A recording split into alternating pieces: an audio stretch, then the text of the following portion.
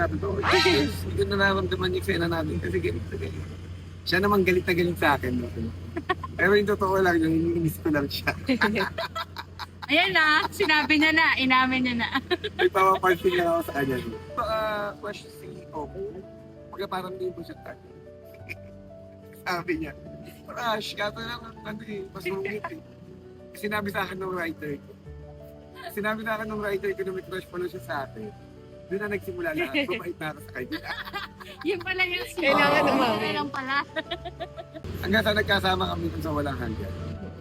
Nung nagkasama kami sa walang hanggan, actually, personally, ako talaga namiling sa kanya. Ako yung nagsabi kay Sergey na sana makapartner ko si Julia Pires. Siguro sa mga sekreto namin na kung ba't kami tumagal, sabi ko nga, privado kasi kami talaga eh, napaka-private namin as a partner, then bilang tao din. Sabi ko nga, kung ano man yung mga kinukwento namin, kinukwento na lang namin kasi pasta. Alam mo yung masarap na lang balikan.